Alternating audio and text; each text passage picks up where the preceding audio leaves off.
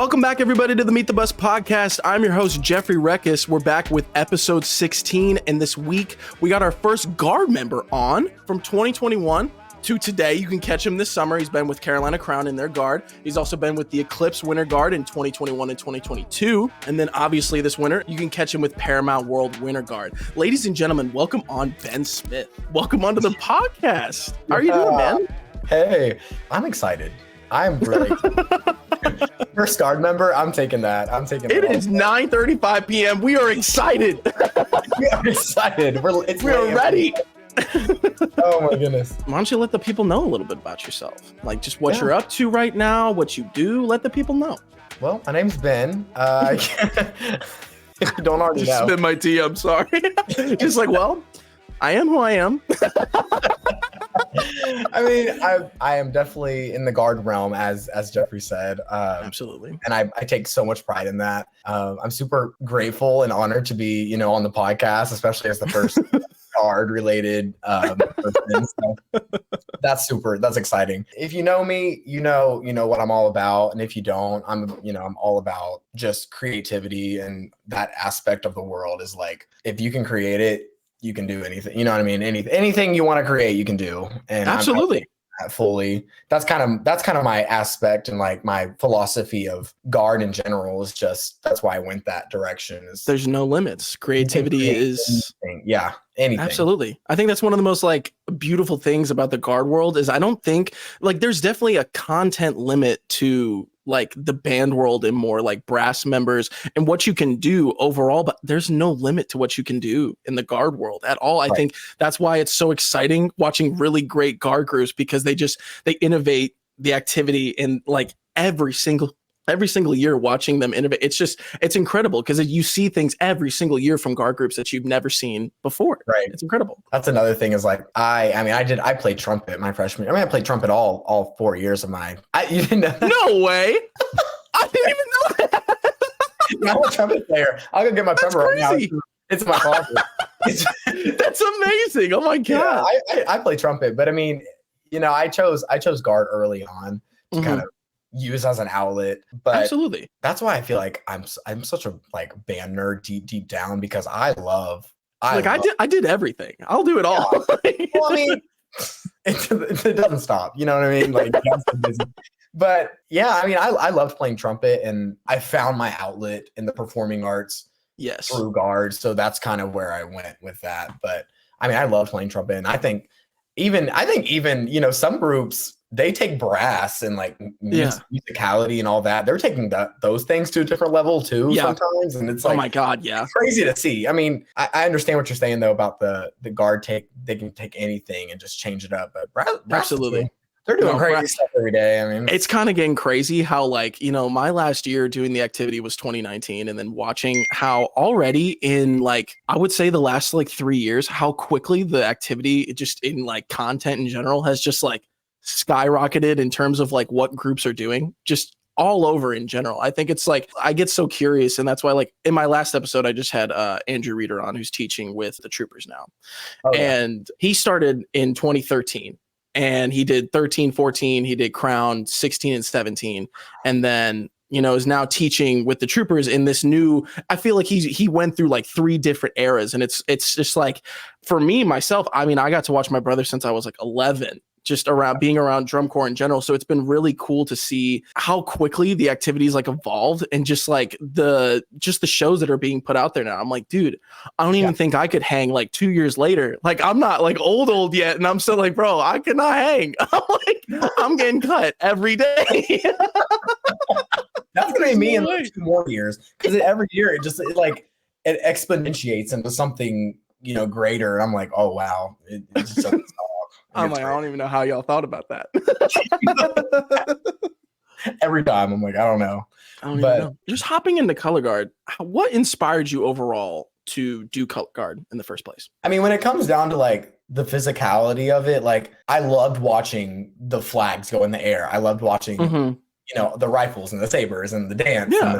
And I've always been I've always been fascinated by that side of performing. Like, I did gymnastics when I was younger. I was always like intrigued by the movement of like bodies and just the reality of like dancing and all that different stuff. So I thought I'd go out and, take a chance, like try color guard. Why not? Yeah. And here we are today. So, when it comes down to it, I loved playing my instrument. If it wasn't for that, I wouldn't be here either. So I think playing a brass instrument, that's definitely a part of me as well. But I think what most inspired me to go this route was definitely just the creativity side of it. Yeah. Going back to, you can do a lot of things with this outlet, and right. It has helped me a lot mentally, physically. Being able to express yourself through just like what you get to do with your body in these, it's incredible. Absolutely. Yep. Something I wanted to ask about, you said, because obviously you said you started out as a trumpet player. Did you ever do that in marching band, or right when you got to marching band, it was just color guard from here and trumpet was more like a concert band thing? How did that all come together? I played trumpet all 3 years of middle school, and of course that's just concert trumpet. Absolutely. Yeah. But then you get to high school, freshman year, you're feeling it. You're like, oh, I'm about to be in the marching band, that's kind of had the feeling of everything. But I did march. I marched trumpet my freshman year as a brass member, proud and proud for sure. Hell yeah. And I loved it. It wasn't a bad time at all. I loved my section leader, my section. It was a great time. We had a great show and it was really fun. But then I got the bold and bright idea, why not go and audition to be drum major? Oh. And I went and auditioned, and I became an assistant drum major. The next year, and I was like, oh, this is fun. Taking on, that's where the kind of leadership role came into, the aspect of my personality, I think definitely was started there. And absolutely. Bill, but I was a drum major for my sophomore and junior year. And then you have the whole chapter book of COVID in my senior year. So my God. I don't even count my senior year, honestly. I can't even imagine what that's like in your senior year of high school. That's such an exciting time. You're about to go to college. You've been growing up this whole thing, and everyone tells you oh my God, you're about to graduate high school and everything. It's no, COVID. Yeah. You're not going to get to do. Was your senior year 2020? So it was the whole, the worst period of COVID? 2020. So going in 2020, 2021 was my senior year, 2020. Dude, oh my goodness. I can't even imagine. So what was graduation like? Was that just driving? I've heard people just being yeah, we drove our cars through and just had a little hey.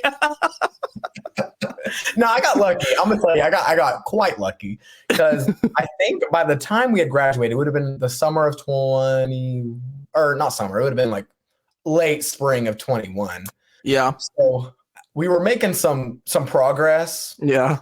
Social distancing wise. Right. I think by that time, so we had been allowed to, we actually had a football field graduation at the high school I went to. And that was awesome, honestly. I think we were one of the only classes that got to have a football field graduation. So that was awesome, because they hold it at different places now. But absolutely, yeah. I thought that was a really great way to handle that, and I'm grateful for that. But yeah, at least you still get some sense of normalcy.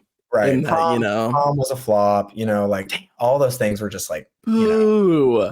Dude, COVID ruined everything. Yeah, and then, no band show, no, it was our band was us sitting 6 feet apart from each other in arcs. It's what are we doing? I don't. It's so sad, because it's we're still kind of doing it, but it's we're not. Right. We're making it happen. Right. Absolutely. So moving on into the drum corps world, what we're talking about here, how did you get introduced for the first time to DCI? Our high school band, marching band, would take us to the Murfreesboro DCI show after every band camp that we had. And that's another thing, we were a very privileged band when it came to, getting to experience things, and because not all the bands get to experience that type of thing, so we were very privileged in that aspect. So we got to go to DCI every summer and see what that was about. Freshman year, me oh, these are great bands, wow. And getting to see the best groups, by the way, that's a tour champion show, that's a top 8 show, that is the best of the best, so you get a pretty good example. I vividly remember sitting in the MTSU stands and looking down and watching BD 2017. Oh my God.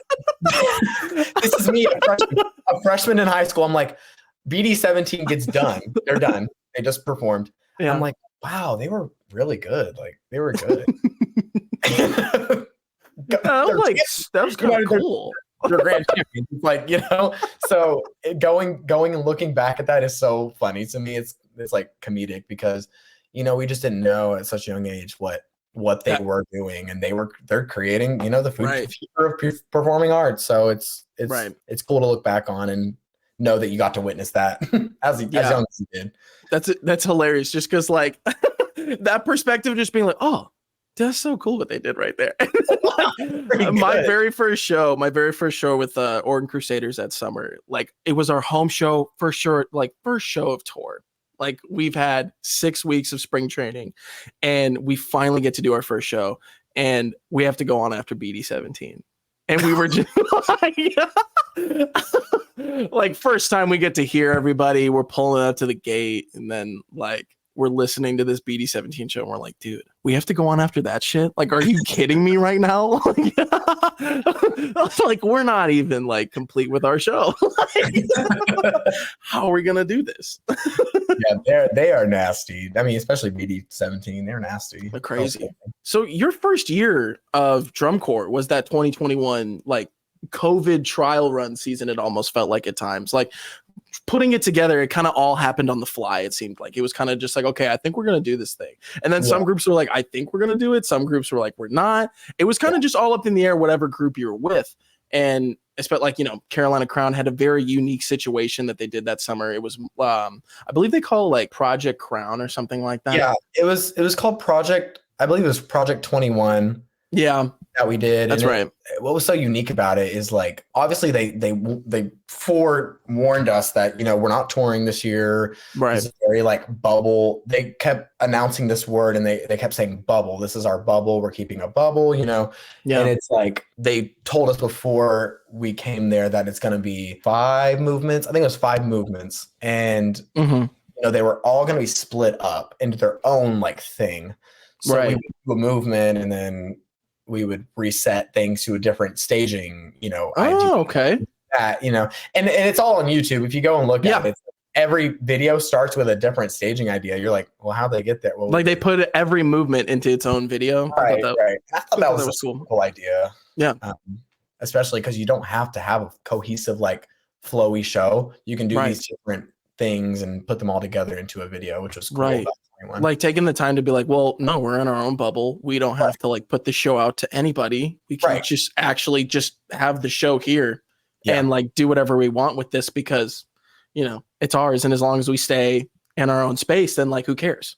Right. So I thought that was really cool. I had a good friend of mine, Noah Grenard, Marshmello, that little month. And it was so cool, like keeping up with him and seeing what that whole process was like. I mean, he had a blast at first, like whenever he was going, I was just like, dude, like keep me updated on what that's like. Cause I was one of the people who like, I had done it for 4 years at this point when COVID and everything got canceled. I was like, nah, I heard it was like going to be a month-long thing. And I was like, no, not doing it. One of my friends went and I was just like, let me know how it is. And he was like, dude, it was a blast. Like I had so much fun doing this thing.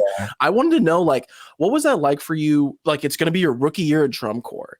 And like, do they announce pretty early on that like, hey, we're not going to be like, when do they announce like, hey, we're not going to be touring or anything like that? And I guess I could back myself even like further up in the timeline. And it was like, why was it Crown in the first place for you? It's like, feels like the same answer, I guess, from everybody. But I mean, the shows that they do, in my opinion, are just so unique in their own way. And their brass line, of course, like that's why I say I think I'm a band nerd deep down because when I listen to Crown Brass, I'm like, oh, like I fanboy to this day when I hear them because I'm like, oh, like it's Crown Brass. They're great. I mean, they're great at what they do, and it's really awesome to hear.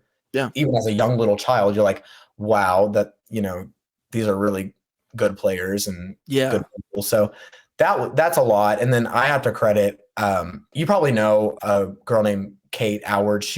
Yes, absolutely. She taught me, and she went to MTSU and, she marched around, but she taught me in high school. And she, I was always around her. She was always teaching. And I was like, okay, I've definitely seen her before.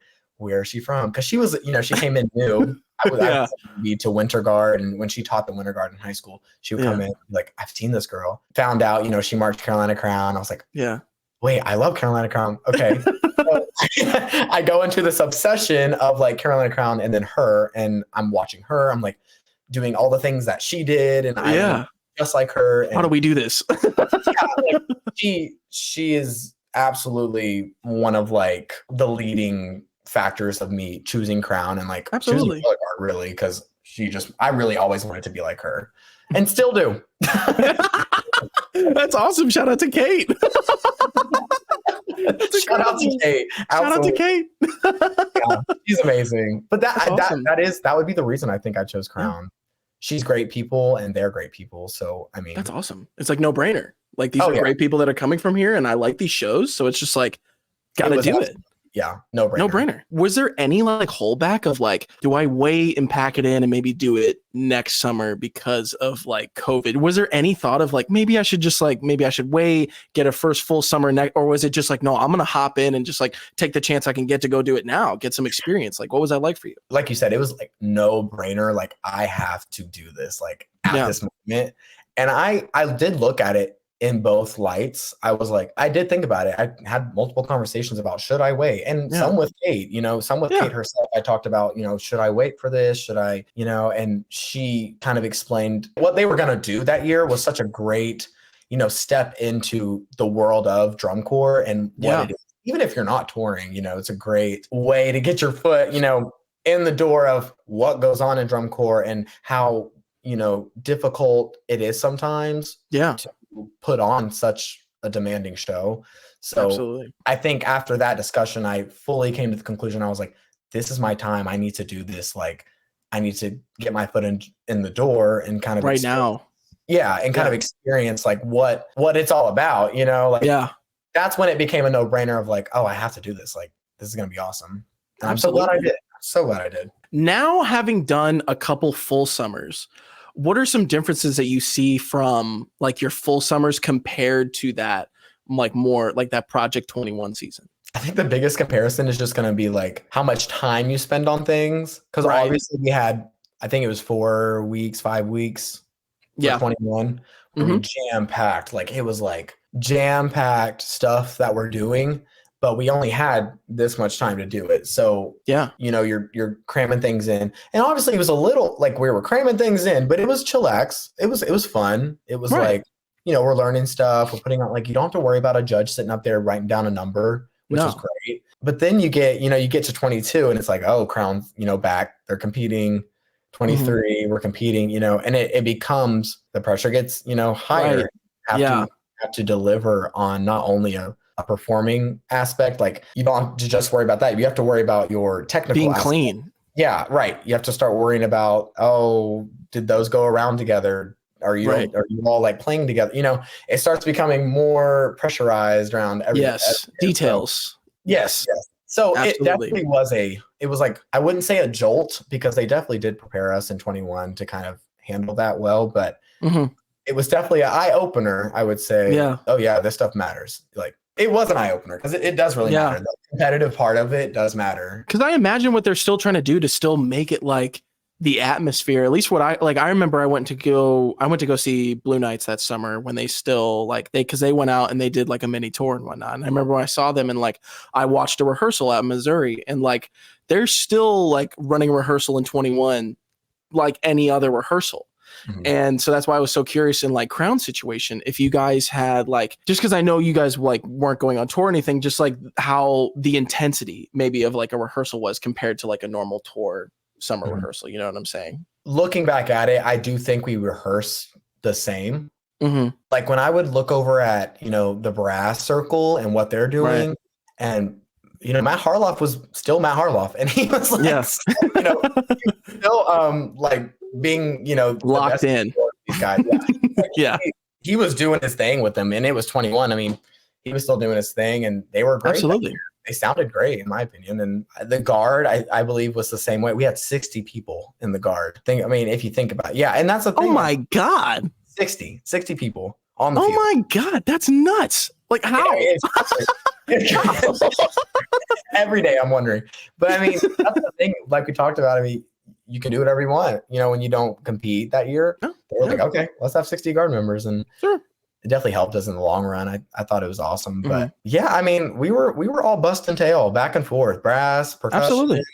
guard. We were busting tail. I mean, just quicker, I would say, quickly. Yeah. Whereas, you know, in a regular setting like 22, 23, you have those 5 weeks to Right. train, spring training. You know, You got like 5 weeks and a whole spring training because like right. 21 things kind of got picked up like very fast. It was kind of just like, okay, I think this thing's gonna happen. Okay, it's definitely happening. Like, get everything together right now, and like Right. start calling people to like fill spots so that we can like, you know, get a group together and put this thing out on the road. So like also getting a full spring. Like, what was that like in spring training? Getting ready for that 4 weeks of just like, were there like still assignments and everything or whatnot, or was it just like, hey, show up here and like show up ready to go because we're gonna be like hitting the ground right away?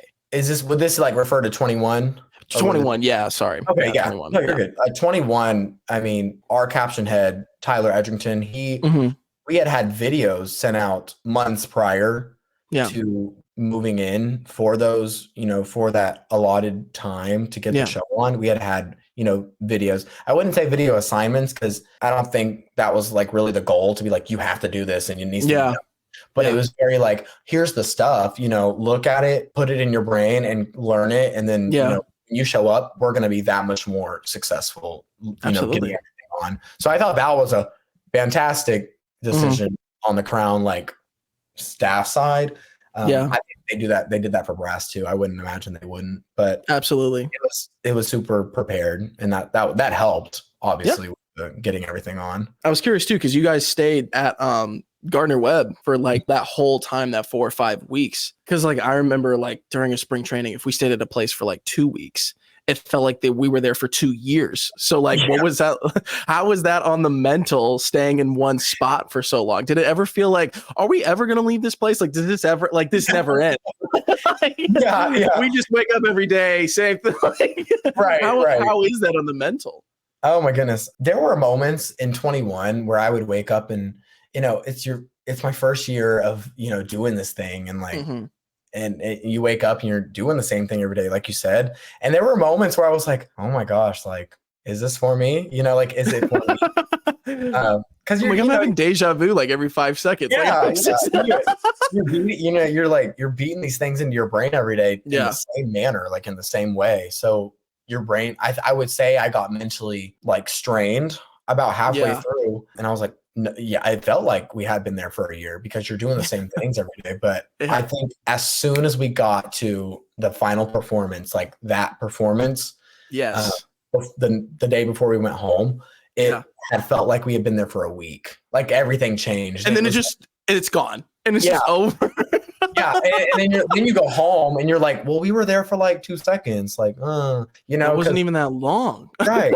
And it's completely your brain, like it's your brain playing the biggest trick on you because you'll be in the middle of it all and you'll be like, oh my god, I feel like I've been here, and then you get, you know, you're done, and you're like, wait, it's over. I feel like it's like that in general. Like you go through a tour and you're like, oh, it's done again. Like, wow.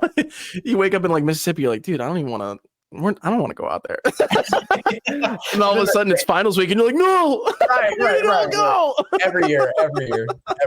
Texas tour. I'm like, why am I doing this? Why did I sign up? But then you get to finals, you're like, I don't want to leave. So I'm gonna start crying every single day now. Oh my goodness. Talking about that last show in 21, what was that like when people, not just your staff, but people finally come out and like pack the stands to like see you guys? And like for the most part, because I had people who taught me in 2019 who marched Crown like early 2010s, whatever.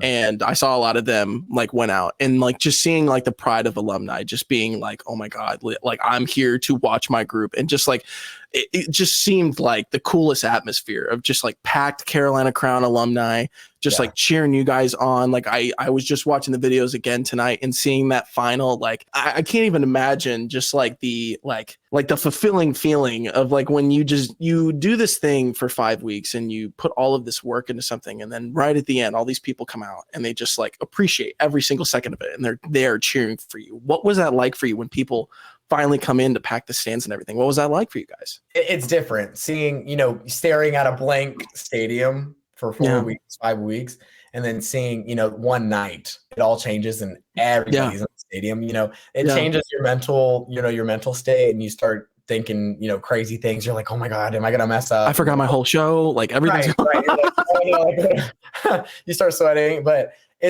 we saw the people. For me, at least, I saw the people. I was like, okay, I'm a little nervous. Feeling nerves for sure. Because that was my first time. I was like fresh out of high school, and being in front of that many people. Yes. For a show was like, that was a first for me. And I'm not used to this many people, bro. Yeah. It threw me. But once we, that first note started, and I was like, we're in it. We're in ready. It right now. Yes. 100%. Yeah. It was. And that's I think that's the thing about like DCI and just performing arts in general is it's so cool to be like, you're nervous, but once that first note plays, you're ready to go. Like, it's like everything just happens. It happens every single time. I think like for me, it would always happen at like regionals. Yeah. And like, I still think the first show every year, well, no, the first shows got easier and easier because I just wanted to get to that first show. But like, especially regionals or like bigger, like when I got to Blue Nights and we started doing like top 8 shows, I was just like, oh my, like when we did Crown Beat at Wake Forest, and it's just like seeing how like the stands there start at field level and it just like goes up for what seems like forever. And you're just like, oh my God, I never thought I would just like, it's just so many people. And you're just like, okay, all right, I'm a little nervous right now. I'm not gonna lie. Like when you start moving in the first part of the show, you're like, all right, come on, let's get the legs underneath me now. Come on. right. Well, yeah, no, absolutely. I definitely feel that. When you come home from 22, you've been, 85 days out there. So obviously, we'll get there. But like, was there like a big like post-tour depression for you when you came home? Post-tour depression is like the realest thing ever. Yeah. And some people deny it. And I mean, that could be a thing for y'all. Like it might not be a thing, for some people, but I go through that. And 100%. I'm like not even scared or ashamed to admit it because it's normal. No. But it's hard. It's hard leaving the people that you've like went through it with for 85 days. It's hard to leave them, after that long. And sleep. They say like sleeping in your bed for the first time after drum corps, like it's hard. Like it's the weirdest thing.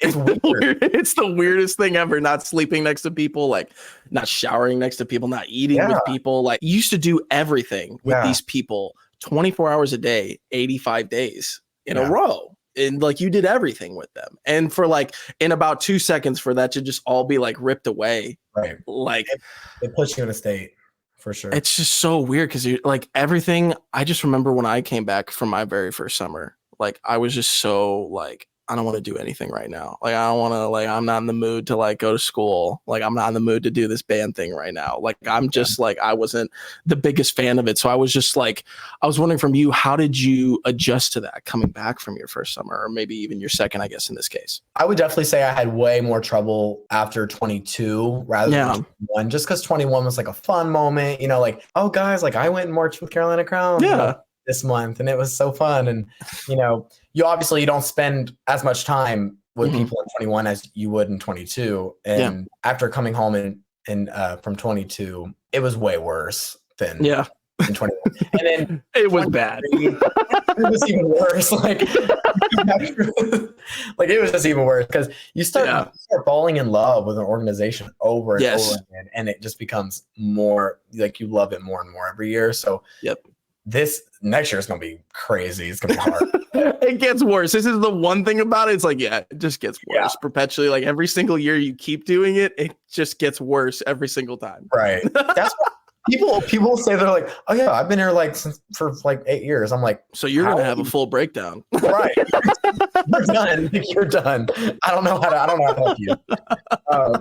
It's going to be hard, but I would definitely say, I mean, it's real. And it's valid. Absolutely. And I think DCI has done a really good job at like combating the post-tour depression, and corps in general themselves have been really good about combating that depression. Like I know, I don't know if you know Joe Roach, but he's our new corps director. Absolutely. At Banquet, the Sunday after finals, he dove deep down into the concept of post-tour depression and kind of gave us an outlet if we ever needed to speak to somebody or to call him or call staff or call, each other. He Yeah. gave us that outlet, and I thought that was a really good, awesome thing to do. And Yeah. I just think it can't be hit, more, because it's a real problem. It's valid. It's so. like the easiest thing. It's just like keep in touch with people. Like, Right. and more than just like the first month after you get back. It's just like, cause so for me, like I still like every once in a while, without a doubt, the 2016 OC trumpet chat will just like, someone will just say something and then the whole thing will start back up again. Like my biggest thing is just like, and that's why I've started this, is like to like keep people in touch with each other, to like reconnect with other people, like to never like lose that, because it's so like, it hits you when you go through and you keep going through these full seasons. And I think it hits more when you keep doing seasons, when you hear the line of like, look to your left and look to your right, like you might not see these people ever again. And at the very end of it all, when like someone always says like, this group of people will never be in the same room again, it's like, oh, but why? Like, but why? So that's, no, it's my big thing is just like keeping up with people. Absolutely. Cause it's just like, you don't think it's going to be a problem. And then all of a sudden that all kind of gets ripped away. And it's like, but that's what also makes it beautiful. I think at the same time, it's not just all about like you get upset because it was such a good time, Drum Corps is a brotherhood, sisterhood across, the world. And that's what it is. I mean, little big family. One of my, two of my best friends, actually, I have a lot of best friends from really everywhere across the nation because, of Drum Corps, because of Drum Corps. So it's like, that is a thing, getting to know people that are from these wild places and then getting to keep in touch with them after the season's over is super important. Absolutely. So, something I wanted to dive into here, since I'm just like a silly little brass person, is what is the audition process like for guard? Like, cause I'm always able to break down, like, obviously, like, what it's like in the brass world and everything, but I've actually never really known like what that's like in the guard world. Yeah. I know brass does a bunch of like on the moves and playing. Yeah. They get into that type of stuff, and guard, obviously guard can't do on the moves and stuff like that. And so what we really do is we learn a phrase from, whatever staff member. Usually it's Tyler who's teaching us, but we'll kind of detail that phrase throughout the weekend, and whether that's on flag or dance or saber or rifle, it can be on any piece of equipment. You detail it out throughout the weekend, and then, usually the Sundays, because if it's a Friday, Saturday, Sunday camp, then or audition, then usually you'll put your number on, and then you'll go in small groups on Sundays, and you'll kind of just do your thing, play the music, do your thing, full out. I mean, it's been a great system for Crown throughout the years. For Crown Guard, at least, like, I think it's awesome to kind of come in and just not feel the pressure of having to be like, you don't have to be, ready to go on Friday night, when you get there. Yeah. You have time to sit there and process what you're learning and what you're going to audition on. It's about like the potential of who you could be, Yeah. Something like that. And that's another thing. They look for that, they look for like, can this person just, take it in and then just give it all, at the audition. And that's really, what they're looking for is how far is this person willing to, grow within just the 2 days you have. That's usually all it really entails. We might do a technique block, to warm up on rifle, flag, saber, but they kind of look at technique. They obviously want to see if you have color guard technique. It's super important in the color guard world. Yeah. I don't know if y'all play do y'all play scales or do double tonguing or lip slurs? Are things like, for example, so like when you go into a music audition, for example, they're probably going to want for your on the move, they're going to want you to do like a box drill thing while doing like a lip slur exercise to see like your airflow, how you use that on the move and all of that good stuff. And then, you'll play like a lyrical and a technical excerpt to show off like your techniques in that regard. So that's kind of like a music audition. And then obviously it was different everywhere I was. So there was some places I've been where auditions for brass can mean that you get pulled in a group of 3 and you do just a different set of exercises in front of like the caption head or whatever. You could be doing a box drill. You could be doing any type of body or whatever, just in a group of 3. And that's your audition right there. Or like I had it at Blue Nights where it was like, it was just over the course of the weekend, we're just getting notes on everybody to see how everybody moves throughout the weekend. And then unfortunately at the end of the weekend, they said, Jeffrey, we didn't get enough notes on you. We're going to need you to do it in front of everybody. And I said, God damn, guys, here we go. This is for my contract. Here we go, guys. And it turned out well. So that's good. But that's basically like a brass audition. But like when you say like they're looking for like color guard techniques, what do you mean by that? That's one of my first dumb questions of the interview. Let's go. I'm so excited for them. No, it's totally valid. I mean, when you're looking at, what makes a good color guard performer, I mean, I'm nowhere near like the echelon of, color guard world-class staff or what they're looking for. But I mean, I've taken context clues here and there. What they're kind of looking for in those moments, and they are looking for good technique. That's the first thing I feel like they were going to look at, as well as like performance quality, all those things that you have to be a performer. But technique is a super important thing in the guard realm. It's like you can't build a house if you don't have the bricks and the mortar to build it. You know what I mean? And there's multiple styles of technique within color guard, but usually someone will have some sort of technique background to showcase. And from there, they can start, picking the people, to mold. That fit the technique. Right. And sometimes, they'll take people who have a totally different technique and put them in the cast. And that it takes time for them to learn, the crown technique or, the BD technique or the blue coats technique. Sometimes it's different stuff. So you just kind of have to mix it around. And what are some differences? Because like, for example, like in brass world, obviously, like, there's straight leg, there's relaxed straight leg, there's bent leg, all of these things, and like different groups do that. What is kind of like, what can you tell between like a BD technique and a crown technique and so on and so forth? Like, what can you pick out?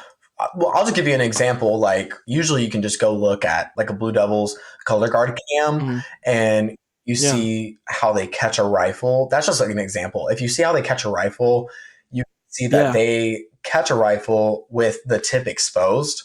So when they catch a do I have a rifle in here? I don't, but I'll show you. I promise. Usually you catch a rifle like this is the neck part. You'll catch it and you'll squeeze the tip so it stops immediately. But absolutely, they just have a different technique style, and they catch a little further into the gun rather than the tip. And is that about like the release by chance, like where you're catching it?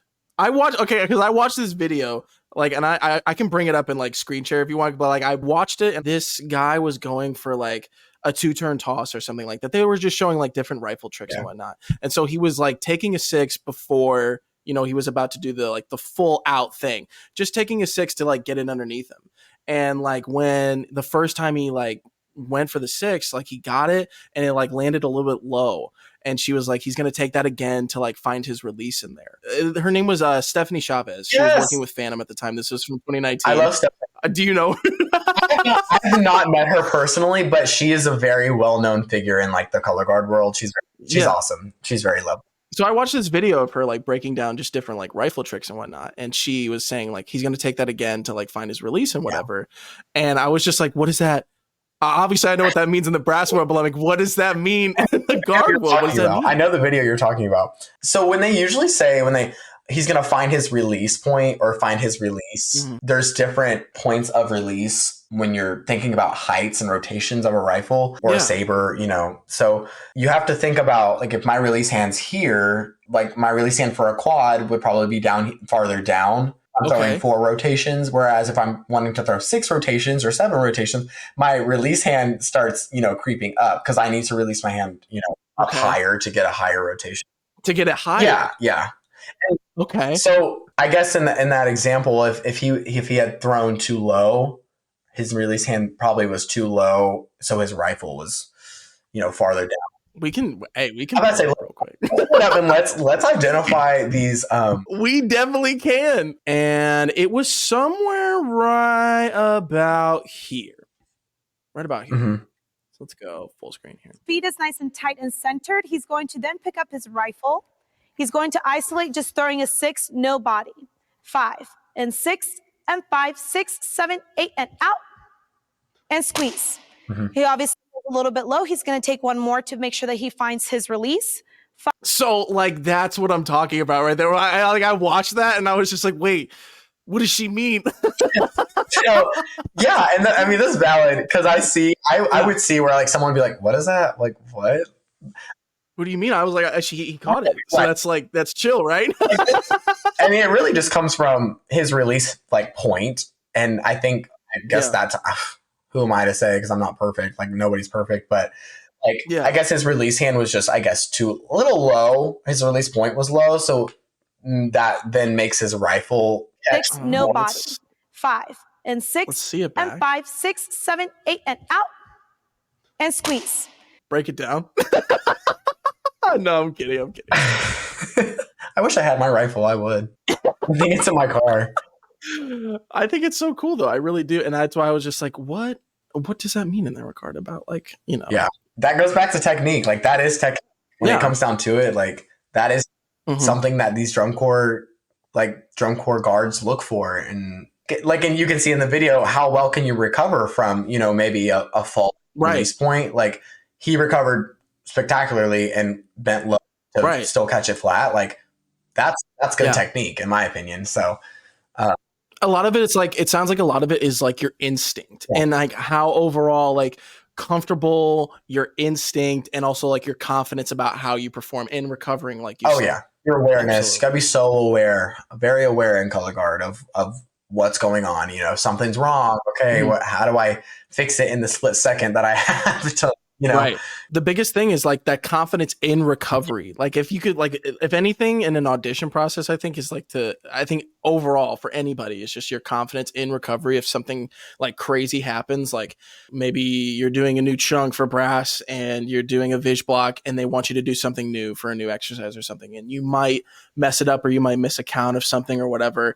And for me, I was always super hard on myself. So if I ever missed anything, like literally anything at all, like I would beat myself up about it like forever. Like I would just like nail it into my head. Like I can't, mess it up again. But it's really just about like what they're looking for, especially like it's the same thing like Brass World. So much of it on the visual side, especially now when like groups like Blue Knights, for example, and staffs like that who are teaching more like relaxed straight leg. It's about your confidence in recovery if something happens and just overall how you move in general. So I think it's just interesting. It's something I just get curious about, Something else I was also curious about. Obviously with brass, learning a show when you get into a summer, like the whole corps learns dots together. We all put dots in the field together.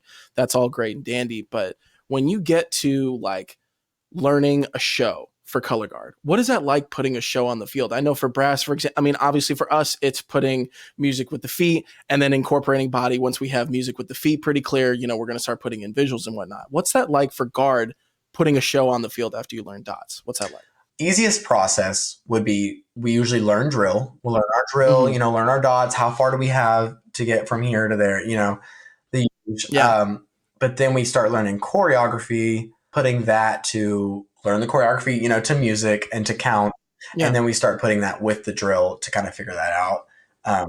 Absolutely. I will say it's always been such a breeze, at least like with my experience at Crown. It's always been such a great experience to learn choreo and then put it with drill and, vice versa.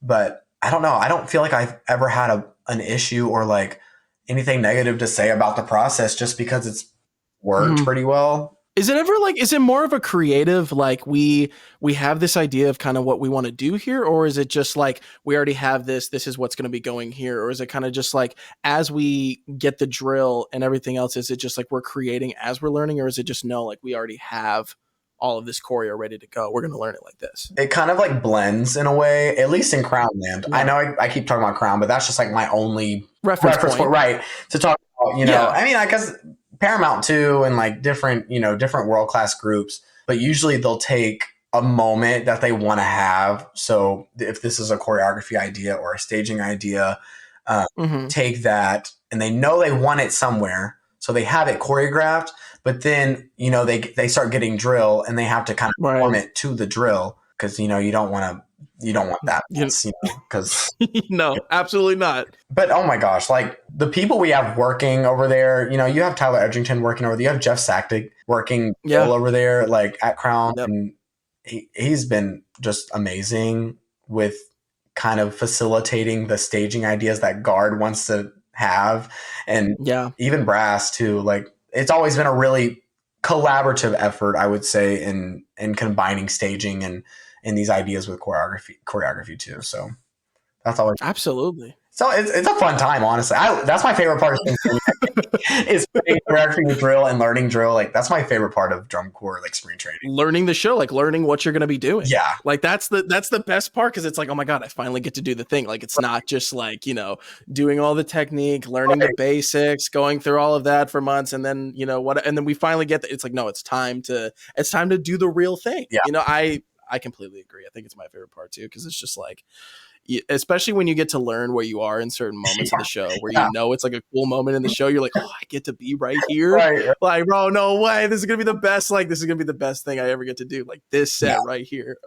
It's pretty cool. It's pretty fun. Obviously, Guard, I think it's like from February to May or February to April. You guys are out for camps because most of you guys have WGI, right? Yeah. Usually it's becoming more like rare to get to go to December camp now, because of staging with winter guards.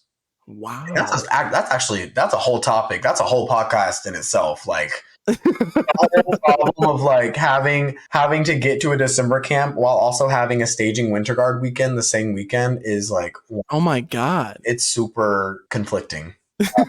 It's a lot. It's a lot, and you kind of have to work with a bunch of people to kind of make it all work together. Mm-hmm. But I was lucky enough to get to go to. It was actually a November camp. I think it was a November guard camp audition for Crown this year, because we couldn't hold it in December because of staging for winter guards and all that. So that was kind of the reason we decided to take it earlier, but we tried to get it done early. There's just it's so impossible to get people. There's a lot camps when they're having. You guys are doing all, and you, especially yourself, like you teach your own winter guard, you're doing winter guard, like you're getting ready for a summer tour. How do you do all that? How do you juggle everything on top of life, school, whatever else? Like when this all comes together, like how are you doing all of it?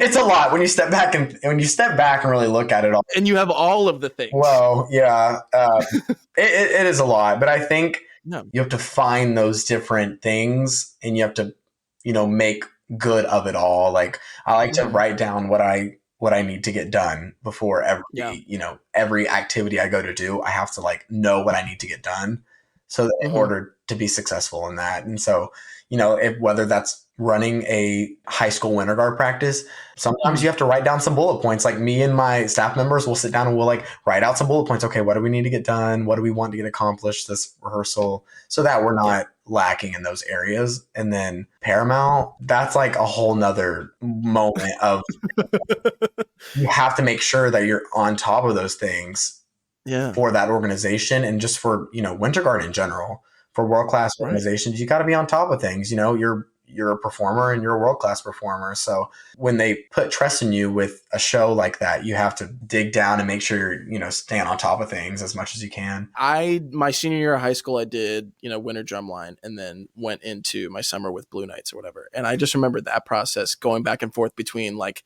for me, like all the video assignments, and then long rehearsals over the weekends, and then rehearsals during the week, and then shows over the weekend, and then video assignments and the whole thing in school. And then also, like applying for college, going to college, all of these things too. Like it was just so like, I don't know how I did it. I'm not going to lie. That's why I ask other people, because I'm just like, no, I just put my head down and then I ended up here. Like that's what that was.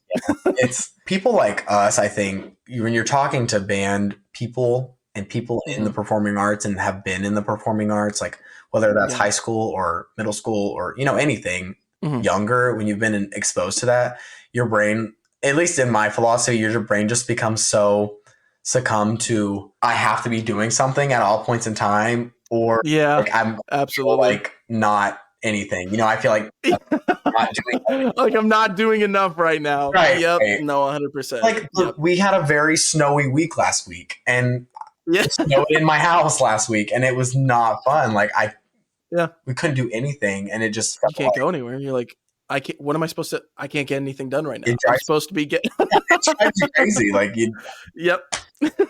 used to being everywhere all at once, but oh my God, yes, no, absolutely. I wanted to move on actually into the 2022 show because personally, I love this show. I remember I had my friend Joey Teixeira. He's been on the podcast already, but he marched that summer with Crown at 22. Yeah. And I remember just keeping up with that show all summer, and I just fell in love with it the first time I saw it because I was just like, dude, this is the coolest thing ever. Like, I really wish I got the opportunity to go see it live, to be a fan in the audience for that show. I mean, it is the fan interaction show, like the ultimate fan interaction show. So I was like, dude, how was that on the road getting to perform that show? Like, what was that like night in, night out? Because I had to guess that there was like, you know, with different crowds, different night. Like, was there ever like, I don't know, just what was that like? I'm jealous, and I just want to know at the same time. Yeah. Well, we honestly, we didn't know what the show was about until about, I think it was like 1 or 2 weeks into spring training is when they kind of dove into what it was really. They're like, here's the concept. Yeah. So that's crazy. We kind of just, you know, gung ho, like right into the spring training, and we were like, we're just getting this stuff done. You know, we didn't really. We signed up for Crown. We're here, dude. Hey, first year back and competitive. You know, it's we were ready to go, and we didn't really understand what it was about until about 10 when they told us, but we didn't care. You know what I mean? Like, we were just ready to go, and when they told us, we were like, whoa, like. We were very impressed by the concept because I had never heard of it before, honestly. I mean, I think everyone can agree on that. Yes, I've never seen a show like that. Like, I've seen shows that like get the audiences involved for like a little period of time. But I mean, for legitimately like the first 2 to 2.5 minutes of your show is all about getting the audience like brought into the show and getting them bought into the concept that you guys are about to perform, and then like bringing them along that journey with you. Yeah. And like even bringing them back into the show later in that drum break section, like I was just like, yeah, it was the coolest thing ever. So yeah, you can keep going. It's like, I know a lot of people, and this, it's natural, you know, drum corps shows come out and they reveal, and you know, you have the group of people who are like, this is going to be iconic. I'm gonna love it. Like, this is gonna be so cool. And you always have, you know, the other group who's like not gonna, you know, be really. This isn't the real Carolina Crown. It's like, bro, have you ever watched them? Like, what do you mean? What's the real Carolina? Who knows? I mean, you know, and there's always gonna be that group of people, and to this day, people still, you know, I don't want to say look down on it, but don't view it as, you know, as credible as some other Crown shows. And I just don't find, I don't know. I found that to be just as important of a show as any other as any of them. You know, it was different. It did things that usually you don't see in a drum corps show, you know? And like, if you're one of those people who are like, oh, I did not like that show. Like, oh, like I hate that. It's a valid opinion for sure. Like, we all have those opinions sometimes about things, but I mean, I guess I love drum corps, so I don't hate any show, but that's my outlook. Yep. I encourage everybody to just go watch it again. Honestly, like with fresh eyes, fresh mind, go watch it and really just think about, like, I always watch it, and I know like I'm biased because I was a performer or whatever, but I watch it and I just watch the people in it like performing. And it's so eye-opening to see what they have on their faces, what's going on. We were having fun. We were having fun performing that show.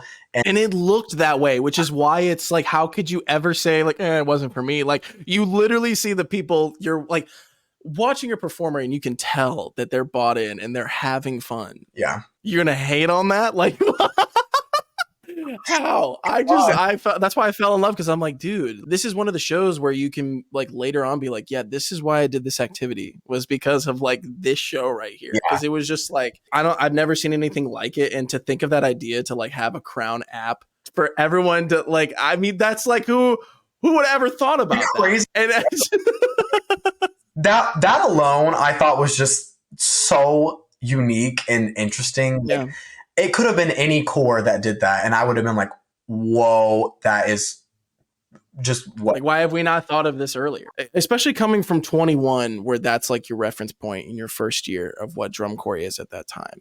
When you come out now, you had your one show in 21 where all the Crown alumni comes out. Mhm. What was it like now pulling up to the first show of the 2022 season and watching the crowd's face and reaction to what you guys are doing? What was that like for you? Were you like, I feel like for me, especially like if you're a performer at all and you get to have a moment like that and perform a show like this, you're just like, it's like you're in your wheelhouse, you're in your bag. Yeah. Like, so like, what was that like for you? It was Muncie, Indiana. So it was MFA camp up there. And we performed for the children, the campers up there. And, it was a decent show, but that was like our first time performing in front of a crowd, a big crowd. And I remember in 22, I can't remember if the line was up in the front sideline or if we had pushed it back already, but we started, closer to the audience, and we got to, like you said, interact, with them for the first minute and a half of the show. And it was so unique. Like I can't get off that word because it was so like, you got to look. We were playing rock, paper, scissors with these kids in the front crowd, like while the show was going on. Like, it's that interactive. Like, we're connected. And they think you're like the coolest people ever because you looked at them and you're like, That's the thing is like, we got, I think it was San Antonio. We got the crowd to do the wave from left to right. Like I know there's a video somewhere. Like, there's a video somewhere of the crowd doing a wave from left to right. I think it was Muncie too. Like, we got these kids. Oh my God. And it was like, I would say definitely the funnest show that I think I've been in at Crown. Yes. 23 was awesome. Like, 23 was fun.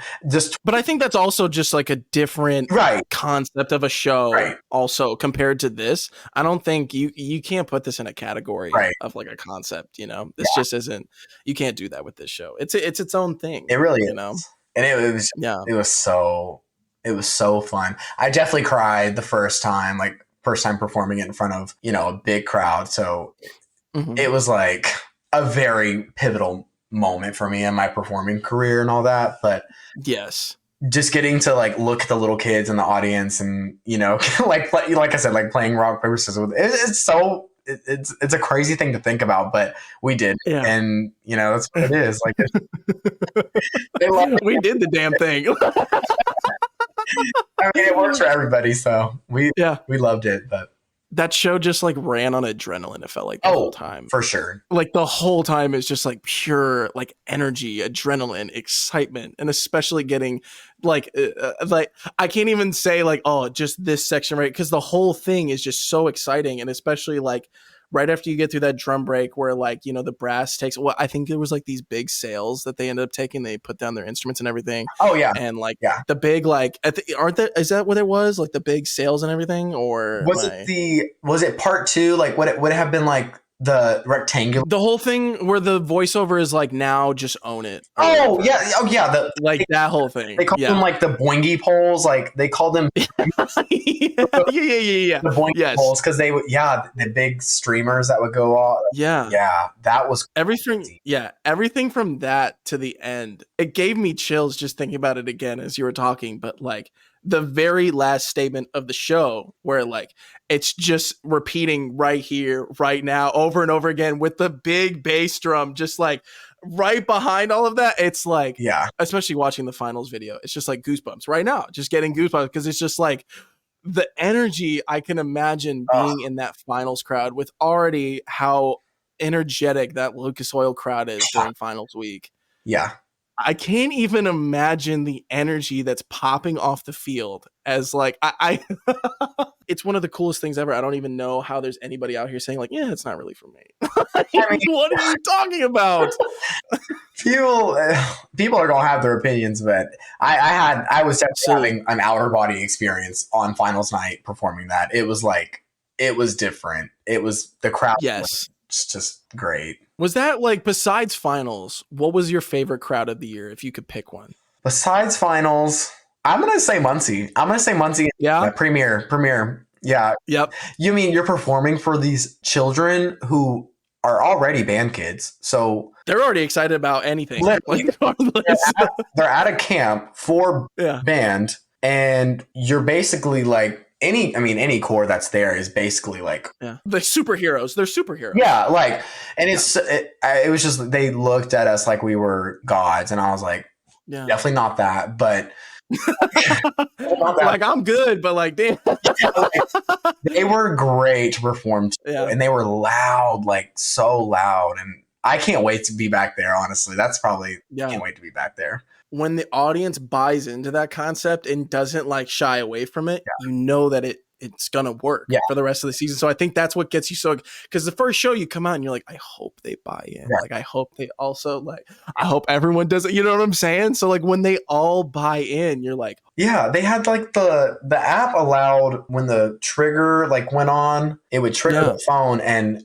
during the countdown, you know, at the beginning, it would flash. The lights would flash on their phones to the countdown, and then just like, oh. It's an audible. I remember vividly. There was an audible gas from the core, or like on the field. We were like. Did you guys know that was going to happen?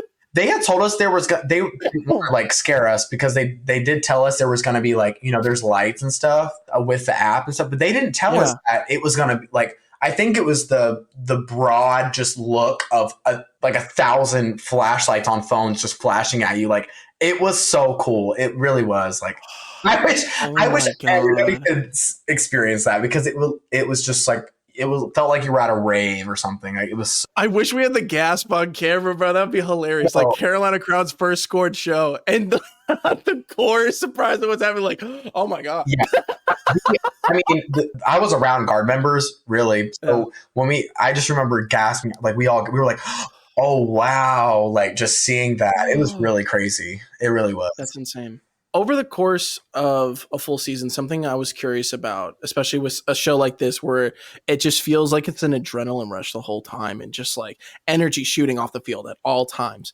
For a show like this, where it's just so exciting, high thrills the whole time, when does a show for yourself, I know for me, like in Brassland, a show starts to feel like achievable as in like I can do it all the way through and I'm in control of my breath, everything's under control the whole time. At the very end, I'm not like gasping for air, you know, like when in the point of a season does that start to feel that way for you? Coming from like a guard perspective, it's probably not that different, honestly, because I think brass members and guard members are doing equally hard things, like times. But I think like the first show, definitely I'm still puffing through it. Like, it's hard. Yeah. But they train us really well during spring training to kind of get us be ready. Yeah, to get us through that first show. But I mean, I think for me, honestly, it's probably this second or third show before I'm like, okay, it's good. Like, we're good. We're just running through it. Because that first show, it takes you out. Like, it. Yeah, because it's like it's really all the adrenaline of a first show to begin with. And then to perform a show like that in 2022. Yeah. At some point in that first show, you're like, oh my God. Yeah.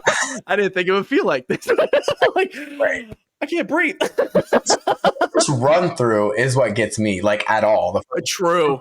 Yeah. That's the one I'm like, whoa. But then from there it gets better. But first show it's hard. Because you have you have all the garments on and the uniform, and it feels different, and so you take all those factors in and you're like, whoa, like, exciting. Yeah, exciting, but man, you're like, oh wow, we just did that.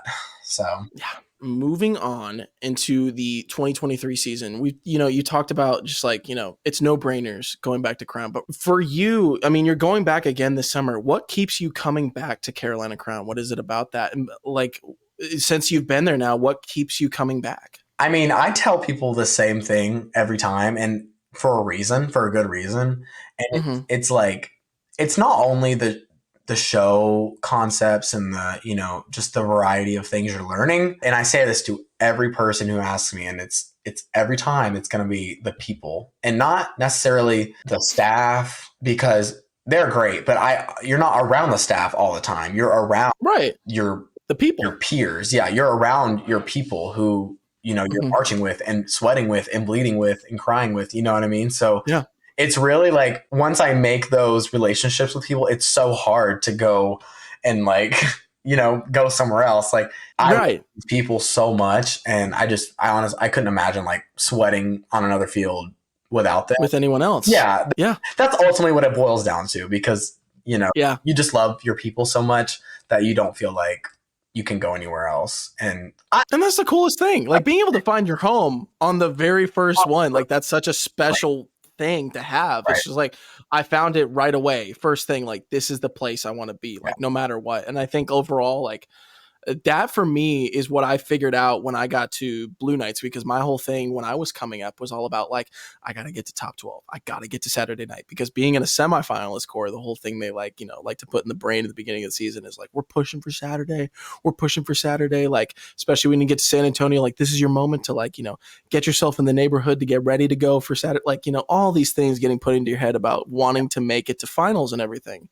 So fighting and pushing for that over and over, and then finally making it there. Yeah. And then I do my first finals and I walk off the field, and I've told this story a million times, but basically like, you know, I walk off the field and everything after my first finals, and it's like, it was never about just like the fact that the banners all say Saturday night, it's championships, you know, we're performing late and all of that. It was never about any of that, because I had the best summer ever with the best people ever. Right. And that's ultimately for me what brings me back to places. So I think that's really cool that you bring that up, because like that for me is what I figured out. You know, it took me 4 years to figure that out, where I was just like, no, wait, like this is about not just like who I'm with, and like, because for me when I first started, I was like, dude, Crown Brass is where I'm going to be, because Crown Brass is elite. And then like I made my way up and I found a home with Blue Knights, where I was like, the organization and the people that are here are people that I really like being around, and people that I feel like I can be myself the most around. So I think that's just, I really like that. That's just, that for me, it's the same thing of why I do it, you know? Yeah. And that's the thing, like some people get lucky, you know, and like I do see myself as like very lucky in that aspect of finding, you know, the right place on the first time. Like not everyone gets that. And that's super valid too. Like if it's not your place, it's not your place. Like go find your place. You have to do that. I really lucked out and found my place first time, and I'm super grateful for that. And it's an awesome thing. Absolutely. Diving into the 2023 season, maybe more the 2023 show, what's the difference? We brought this up earlier, how 2022 is just its own concept and its own show on its own. What's it like now in 2023 performing a show where you're more getting into a character and you're trying to tell a story more so? Like what's the difference as a performer performing a show that's more like fan interaction, all adrenaline, all gas, no breaks, to now we're here to tell a story and I'm here to tell a story in my performance through a character? What's that like? Yeah, this is funny because I really had not even thought about, you know, this scenario until you literally just said that. Like doing a show like that in 22 and then totally just 180. Flipping the switch. Yeah. Flipping the switch. Really flipping the entire, like the everything, and just doing a completely different route the next year is, I mean, we did it. I think, I mean, I think we did it. Like I didn't find any challenge in it personally, but I do think it was quite different performing for an audience about an audience-based show, and then going and performing the round table with like you're literally engulfed in this like this character medieval, that you're supposed to be, like this medieval like drip and just full royal aesthetic. It takes you know, it just takes you like you're in a completely different world. And I think I'm going to add that to like the list of reasons that I do come back to Crown. And it's like you could literally do that one year and then the next year you're engulfed in a different idea, basically. Like just given a whole completely different idea to like be there for. And it just keeps you on your toes. It really does. It's a variety of concepts and it challenges you as the performer to bring the best out of you. Yeah. And it's like, what can you do? And what can you do with this character? Yeah. You know? Yeah. I think that's interesting. What was it's called the Round Table, and it's like Echoes of Camelot. Echoes of Camelot. Oh my God, dude. I almost had that. But what was table? Because, you know. I always like I saw a Round Table and everything else, and I just said Knights of the Round Table. I just in my brain I was like, we're putting that's the title for me. That's what this is. It's a long title. When they first told us the show name, I was like, God, that's long. Like, damn, that's gonna be a mouthful. Yeah. I was like, dang, that's long, but I mean, I guess.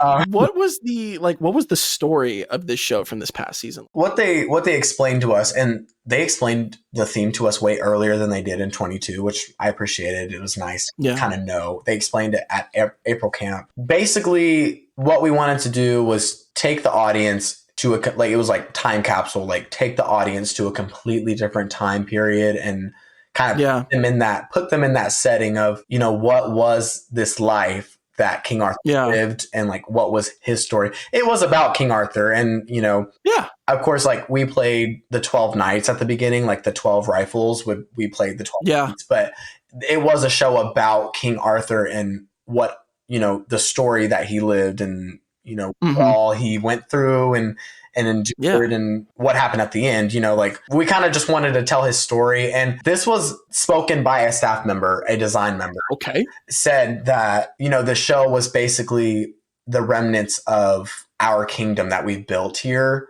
at Crown. So I don't know, like if you go into the show and look at, the different musical selections and musical motifs, like I know the night window for the opener from 1917, which is, by the way, one of my favorite like film scores, and that's one of my favorite pieces from that film score. Like, dude, when I got to see most, like I went to the Murfreesboro show this summer, so that's where I got to see most people for the first time, so that's where I got to see Crown for the first time. And I was like, obviously, I'm hyped up because I'm like, man, I get to hear Crown brass again, that's always fun. But then when like I can tell that it's like when I can tell it's like the night window from 1917, I'm like, this is literally, I've wanted this in a drum corps show for like ever since I saw the movie. I was like, that song right there belongs in a drum corps show. And I don't know how they're gonna I just kept imagining every time I listen to it, I'm like, whatever group I don't know how this is gonna get staged, but I know it's gonna be. And Crown did it, sure enough. And I was just like, I freaked out when they played that. I don't know, it might have been December camp. I think they played the opener, but it was like, I heard that and I was like, like it's different. It's different. It was such a fun time performing to that. The music, like even the music selection was quite different than it was in 22. Like, it was very classical heavy, and I love that. I love classical drum corps shows. So I thought that was so fun. The ballad was so like literally ballad, like it told a story.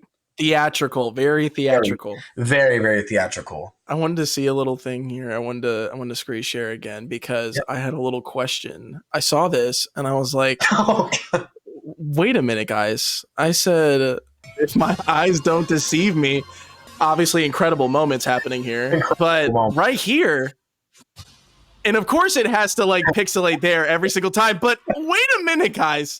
Is that who I think it is? Is that you? Yes, let's go. I did. Oh my goodness. Our good king. My goodness. I slayed the king. No big deal, guys. I remember like watching this. I'm like, yeah, great moments, trying to check everything out, like find some questions.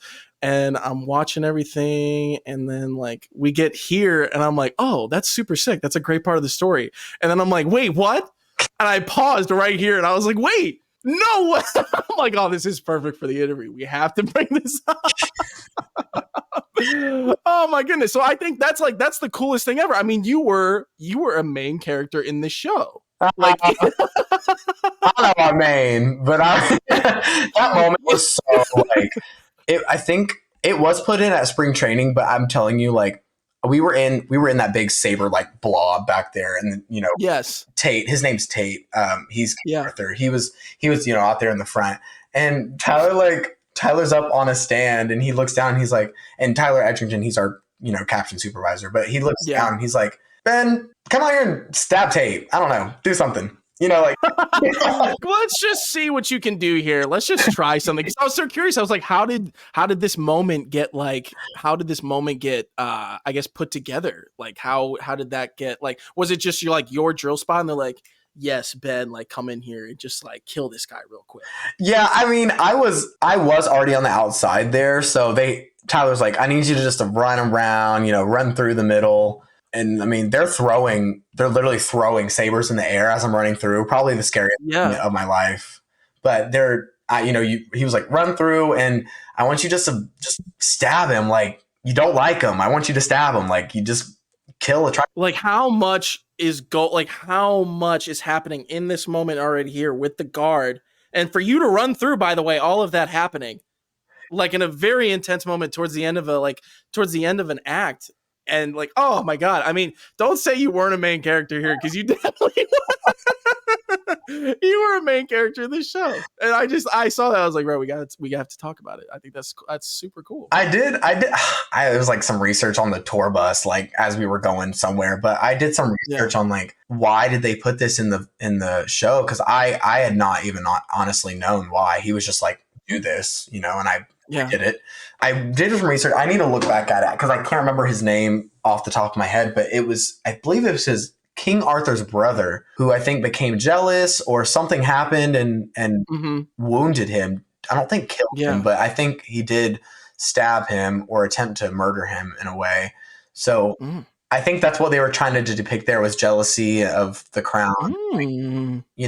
I thought that was a cool moment. I mean, it's pretty sick. It was fun. I'm not gonna lie, it was fun. It was fun to stab him, but oh my God, like that moment of like doing that at the end of its own, like at the end of a part in a show, and like you're the ending to a part in the show, and like the whole crowd is like keyed in, the camera, everything. I mean, that is just like, that's gotta be like the coolest moment. Just like looking up at the crowd going nuts, and you've killed the main character of the show. And it's just like, that's a main character moment that I would just be like, I'm eating this shit up right now.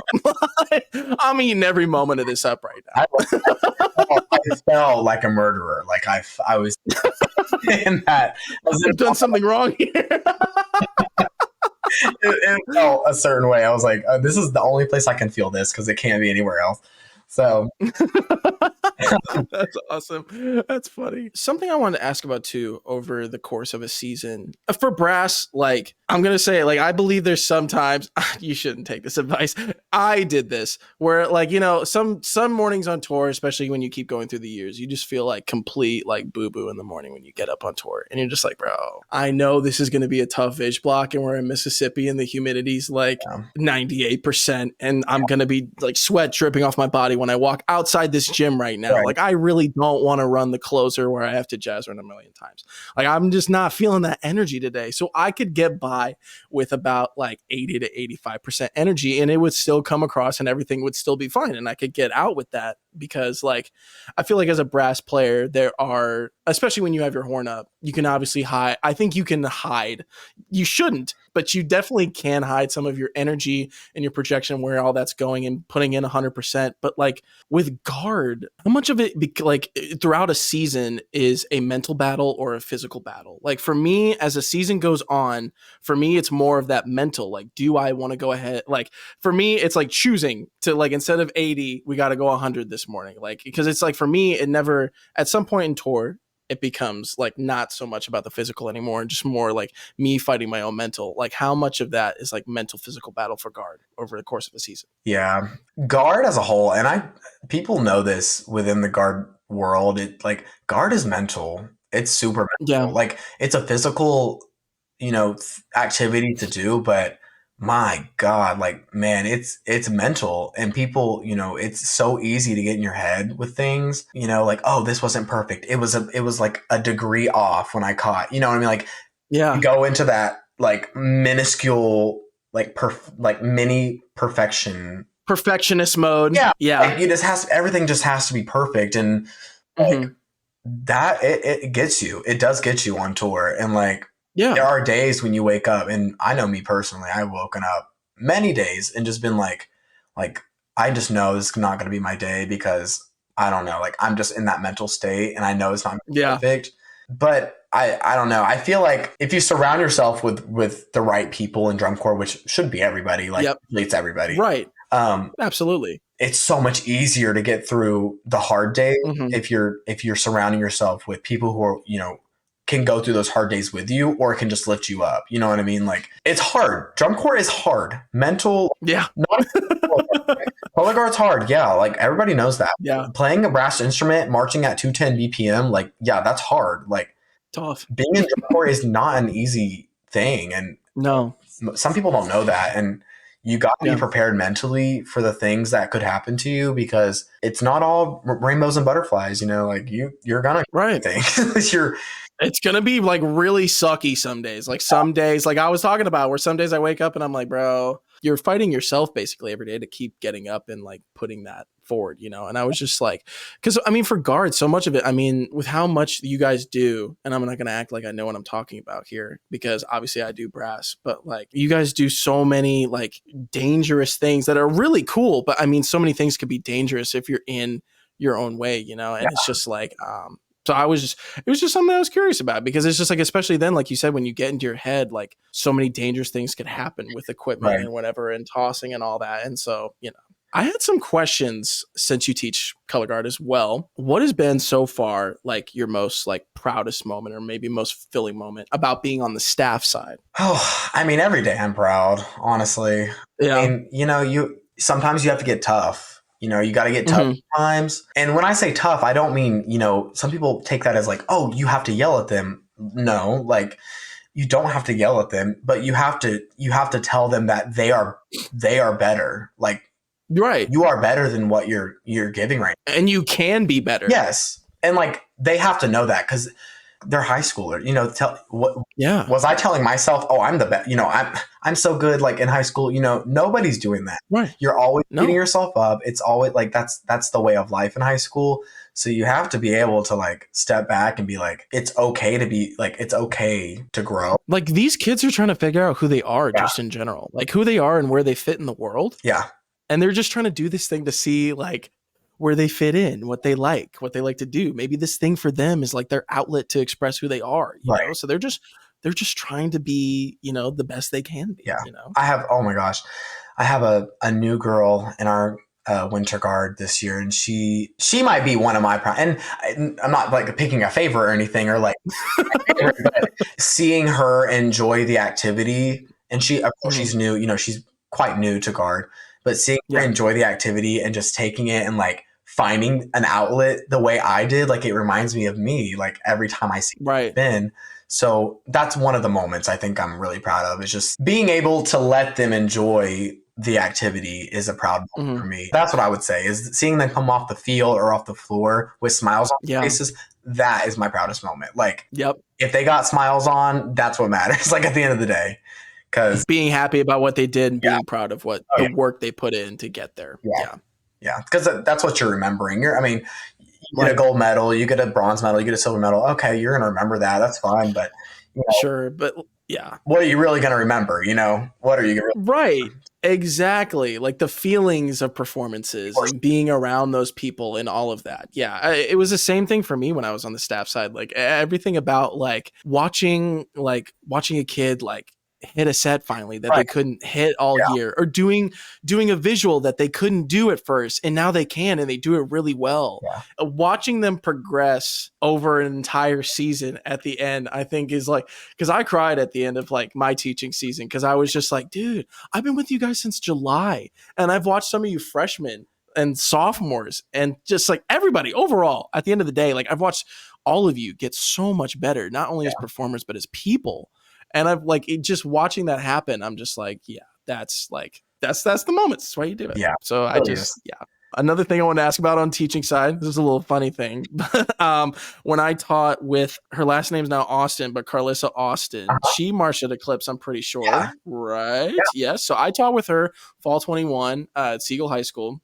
And she always like, and it's funny because any color guard teacher I've been around, and when I taught with her too, there's always like a little phrase or a little something to end off every little comment or every sentence. And hers was like, she would always like end with the yeah. And then like when the kids responded to the yeah, because it's always just like, you like give a comment about something and then you're just like, yeah, so we're going to reset. Yeah. Like something like that. And then they're like, yeah. And she's like, we love it. She would always say, we love it. And we gave her so much shit over the entire season because we were just like, oh, it's Carlissa. We love it. Like every time. And we would try to put it in our, like, for me, it was definitely like, I definitely use the yeah. Like this is a little nerdy thing for me, but do you have any like little phrases there at the end that you like catch yourself using? You're like, damn, I say that a lot. And the things. I was always surrounded, like my color guard director in high school would always be like, are y'all like, you're going to put your hand here. Yeah. Like it was. Yes. Yeah. The yeah after everything. It's kind of like colored our culture of like, Yeah. putting that after a sentence is like the saying and like all that jazz. But I say something, it's something like, I'll say an instruction or I'll give like a choreography tip and I'll be like, oh, I know what it is. I'll be like, does that make sense? It'll always be like, does that make sense? Like, does that make sense? Yeah. Okay, so you're gonna put your hands here. Does that make sense? And I mean the simplest thing, and they're like, yes. That I want to make sure it makes sense. Yes. Like I hope now, like I'm like just talking to like as an alien, but that's I always ask. I'm like, does that make sense? Yeah. It's one of those things too. Yeah, like you were saying, like when you put that at the end, always it's kind of just be like, I just need to make sure that you're still here with me. Like, sometimes if you have something really long to say, you get to the end of it, you're like, damn, I said a lot right there. Can I just like get the group back in? Well, I mean, sometimes I'll say an instruction. I'll be like, okay, like we're gonna go here, and then we're gonna go here and stop here. Does that make sense? And crickets on the floor. Well, and that's like you're like, hello, like, are we here? Does it make sense? Like yes or no? Please tell me because I need to. Someone say something. They work so hard. I'm so proud of them. Yeah, they're the epitome of like Siegel Guard is the epitome of hard work in my eyes, and I'm so fortunate and like grateful to be part of that organization. I love them. What's the most like valuable piece of information you've kind of like picked up from the teaching side that you've kind of like taken with you as something like to like put in your pocket to like, put in your little tool belt? Yeah. I would say like staff and member relation, like staff member relationship, social skills, am I a licensed psychologist? No. Am I a licensed therapist? No. But like if a kid needs to sit down and talk to me, I know exactly how to handle those situations. And it's obviously taken me a couple trial runs to figure that out. But I feel like that's one of the biggest things I've taken from teaching and even having, like mentors. When I worked with Brentwood a little bit, Brentwood High School, and Mary Lise Lehman, she taught me how to really understand a child and kind of hear what they feel and what they think. Kate has been a big part of that and helping me understand how kids learn and think and how you can respond to them. And I think it's super important for everybody to know how to do that. Am I saying absolutely you need to know how to be a therapist? No, but like I think it's good to know how to talk with kids, how to hear someone out and like hear them and just listen to them and be an ear for them, because you never know what the situation's like outside of that rehearsal for them. They might not have people to talk to or just someone's ear that they can can listen to them. So if you can just take the time to listen and be understanding, I think that's just like, that's one of the first things. It's just be understanding and try to put yourselves in their shoes, especially where you were when you were coming up and going through high school and all of that stuff too. So I think absolutely that is 100% agree with that. I mean, absolutely. I would say like if you're watching this podcast and like you teach children, like that would be my one thing, is just to be like, that's the number one thing. Yeah, like know how to reach your children and know how to let them know that you're available for them. You know what I mean? Right. Because you're a teacher. Like you said, right. Like you're not a licensed therapist, like you said, so you're not going to have necessarily the solution to maybe a problem that they have outside of like, whatever. But as long as you're there to listen and understand with them and just hear them out, that goes such a long way for some people. You never know. Yeah. Just being there and being present and being able to listen. That's the biggest thing. Instead of just going on some big power trip, like really being there and understanding the kids you're teaching and the people, Yeah. I want to ask a couple questions here to just kind of wrap out this episode. It's been incredible, but some things I just want to ask about just to kind of round out our conversation here. Something I wanted to ask that I've asked everybody who's come on so far is, what do you think about the state of drum corps right now? The state of drum corps, what a topic. Especially for you being still like a current member, like you've been around it very recently to where all of these things are happening. Yeah, I'm curious to see your perspective on that. Yeah, I guess I think about this question in two different like outlooks. So I look at it as in like a educational outlook, and then I look at it definitely in like a financial outlook. And Yeah. like an economical, like, Yes. outlook. But Uh-huh. I think the educational route is getting better every year. Like, you Yeah. have people who want to teach drum corps and people who are Mhm. excited about it and people who like are just thrilled to be there and teach, and Yes. staff that cares. Like, and I think DCI is doing a really good job at making sure that's what's happening. And like, like they're taking better care of the members that march in the DCI community. And that's awesome. Yeah. I feel like that side is Mhm. getting so much better, and like drum corps experience is getting better, at least Yeah. in my eyes. And then obviously financial, I mean, it's getting so expensive to where It's getting worse on that end. Like it is. It just it is is. getting quite bad on that end. Yeah. And not to say like, oh, drum corps shouldn't be expensive. I mean, when you think about It's always been expensive. right, it's always been expensive. And I really, you can't sit here and blame, oh, SEV, like you can't blame, them for taking a year off last year, or, cadets for taking a year off this year. You can't blame them Right. because some people just can't. It's hard. Especially with like where the fees have gone to now. Yeah. I mean, like I started out and it was about 3,600 my first season, and then by the end, just 4 years later in 2019, like it was 4,800. Yeah. Like just that quickly. And now I'm seeing like, well over 5,000. And like back when I totally just did it back in my day thing. God damn it. But like it's crazy to hear, like, especially when my brother first started marching, and I think for him it might have been like $2,000, 1,500 his very first season in 2012, like, and now it's well over $5,000. And like, by the way, that's just fees, that's not including travel, Right. or like camp season flights, Right. or anything else like that. So yeah, no, I continue. Absolutely. I don't see it getting better just with, the economic state of everything. I don't see Right. the financial side getting any cheaper, and, that's just going to be what it's going to be. But I think individuals are getting so creative with fundraising and just working towards their goals. And that's always awesome to see.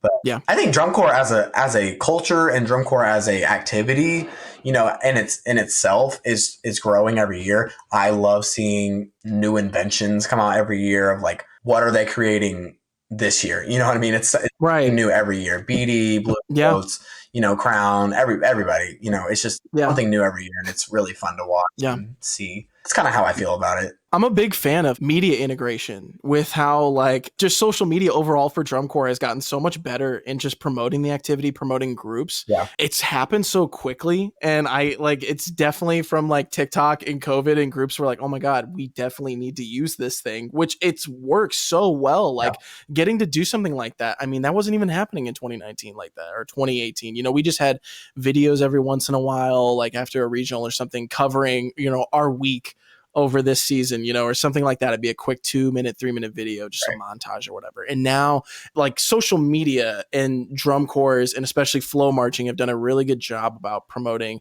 every single group. I'm going to say that because I think flow marching for me, when it first started, was very focused on like top 5 and those groups, and they started there. But now I think they've done a great job at really including everybody and at every single level, and just promoting the activity. And I think that's what ultimately needs to happen for it. That's going to be like the snowball effect, is our promotion of it, to ultimately get people to want to come out, more members to want to come do this thing, and ultimately hopefully creating money from that, creating revenue, having brands hopefully wanting to sponsor, all these kind of good things. Hopefully with promotion. Like, I mean, this activity used to get streamed, finals used to be on ESPN like in the 2000s. So it's just like, if there's a point to where we can get back to, I mean, I can't even imagine a world like I can't like what that would be like would be so crazy. Like a world where drum corps back on ESPN today. I mean, dude, that would be we'd be set. We would never have to worry. I don't think we'd ever have to worry about like, if COVID happened again or something like that. It'd be like, this activity will survive, So I absolutely agree though. But like, that's something that everybody talks about when they come on. Every time I've asked that, they're just like, listen, it seems like overall the experience and everything is going in a great place, but the fees and it being accessible to everybody, that's my biggest thing, is just like getting it accessible for everybody, you know? Right. But I guess a follow-up question. In your time in the activity, what's something you've loved about the activity and something you might want changed about the activity? Oh, that's a hard one. It's a little bit of a loaded question, Yeah. you know? I've always loved drum corps. I haven't had many complaints about it other than financial, complaints, but Right. I really hate directing that towards cores because I know it's like cores aren't just, just slapping a price on something and being like, pay for it. You know what I mean? There's a lot of thought that goes into behind fees and other things. Right.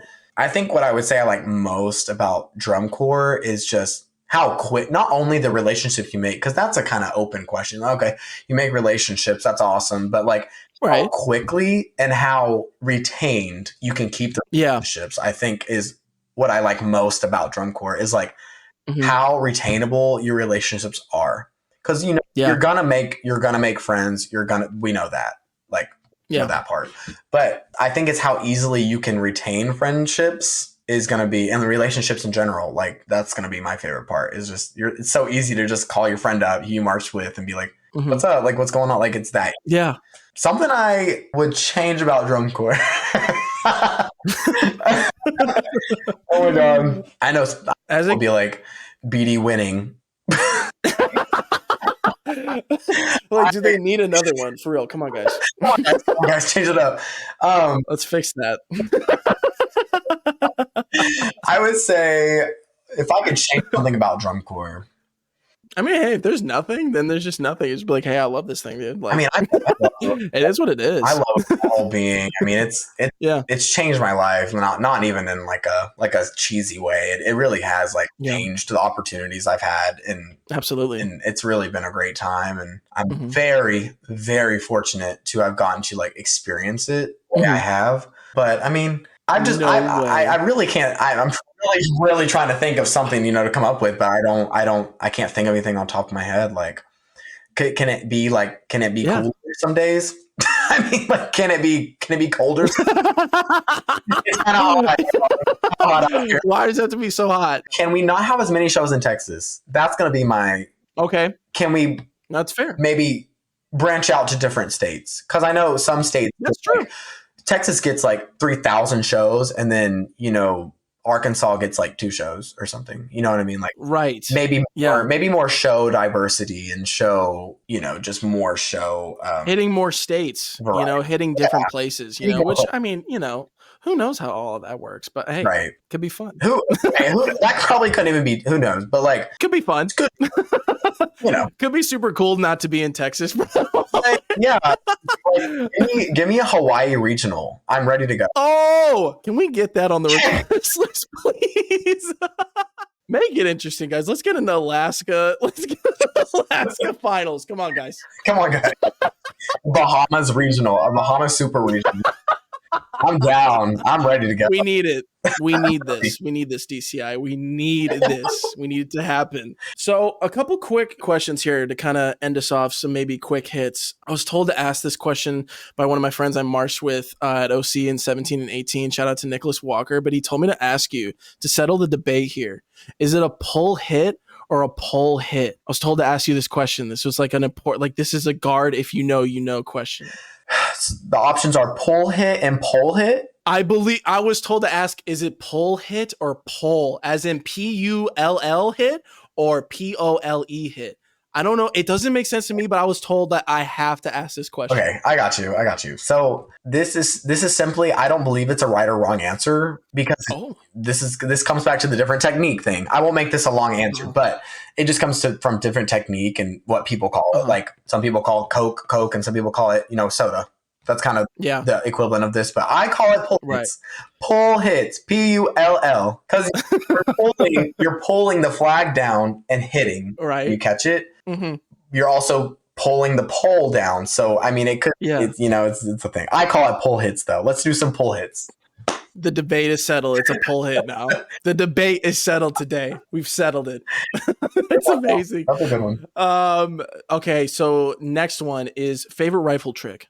Ooh, I love a crispy 2-turn. Like a crispy 2-turn. Like you see like 30 people do one at one time. It's like, cool. I mean, that's an easy answer though. Like a 2-turn. Okay. Like we love that. Favorite rifle trick. There's a rifle trick, and it's all I can say is like there's one in Paramount Show this year that is my favorite that I've ever done. And you'll have to see it to find out. You'll have to see the show. That's a perfect plug. You did that shit on purpose. Mount up. You gotta go see him, ladies and gentlemen. You have to go see Ben to find out. Mount you up. have to go see him to find out. That's incredible. I think you said it earlier, but what has been your favorite show to perform so far? Whoa, that's always a hard one. Favorite show to perform. So many good ones to choose. I mean, it's so hard choosing between. I mean, even 21 was a fun one to perform. I'm gonna go and I'm gonna say it. I'm gonna say right here, right now. I am. There you go. Yep. Yeah. I teared up at the end of 23 on finals night. I teared up at the audience, but when I tell you, like, I was full hysterics crying at the end of 22, like that's what it was, So I absolutely too. It was 100%. And no disrespect to any other ones. It was just like, yeah, it's just different. 22 was different. It was good. It just hit different. And then next one, second to last here. What's been the toughest drill move or toss you've had to do in your performing career so far? Toughest drill move. I got y'all. Well, let's talk about 22 again. So okay. 22 during part 2. So it was after there's like 4 big tarps that come out on side 1 and the brass is like hiding under them. Yes. Yeah. During the brass feature, they like pop out and play something and then go back up. Yep. Okay. So it's after that part, right after that part, they take the fabrics and like put them in a big infinity sign over on like the end zone. But I have a drill move, and you can see it in the video, in the right here, right now video. But I have a drill move that takes me through. It felt like a 2-step by 2-step brass block, but I'm traveling directly through it, like while spinning rifle choreo. Oh my God. I almost killed like a lot of people all the every day. Not only that, like if you drop your equipment, just go ahead and like just wait for them to go, because you're not gonna picking it up. Like they're marching, right. You know what I mean? So it's that was definitely my hardest drill move. 22 was hard. 22 was it was and it was hard. Makes sense. I mean, it just like the energy, like I said a million times in this podcast so far, but like the energy just like pops off the field. I could tell like it's just one of those shows where you're like, dude, watching that as a fan, like that's so fun to watch, and you're like, that was hell sometimes to perform. Yeah, I mean, and going to like the hardest toss thing, I would go back to 22 and say that little band, like the little ribbon on the saber, that was hard. Yeah, like wow, it slowed your saber down. Like it's hard to do. So that show was very goodness. Our last question here to round us out. I've asked everyone this so far. I love asking this question just to end off interviews, but especially for you, since you're still doing it, what has drum corps meant to you?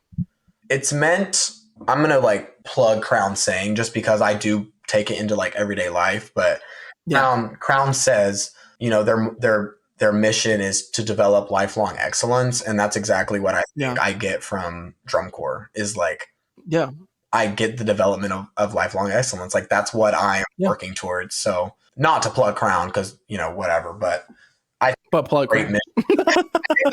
I do think it's a great mission statement, for absolutely. And just like keeping the development of lifelong excellence in that organization and in your life is pretty cool. And drum corps in general. Absolutely, because it's not just about drum corps, and that's it. Like that statement can be used throughout anywhere in your life. I mean, you're always trying to. I mean, that's something that drum corps kind of instills in you is this drive to be excellent at anything you do, no matter what. Even if you do this most simplest task of all time, like I'm going to be excellent at this thing that is drilled in my head because I have that drive that's been instilled in me that I will be excellent at this thing because that work ethic's been instilled in me. So I think, absolutely. And with that has been episode 16 of the Meet the Buzz podcast. This has been an incredible episode. Thank you so much, Ben, for coming on. Thank you. So many people, when I started the podcast, were like, yo, you need to get Ben Smith on, by the way. Do you know him? And I was just like, yes, I'm like, yeah, absolutely. We need to do it. So yeah, we've done it, ladies and gentlemen. We've done it. What an incredible episode. This was so much fun. Thank you for coming on. Thank you for letting me ask you all my dumb questions. Nothing's dumb. It was all great. I'm a little stupid. It's okay. But with that, this has been episode 16, ladies and gentlemen. Thank you guys so much for watching, and we will see you guys next week.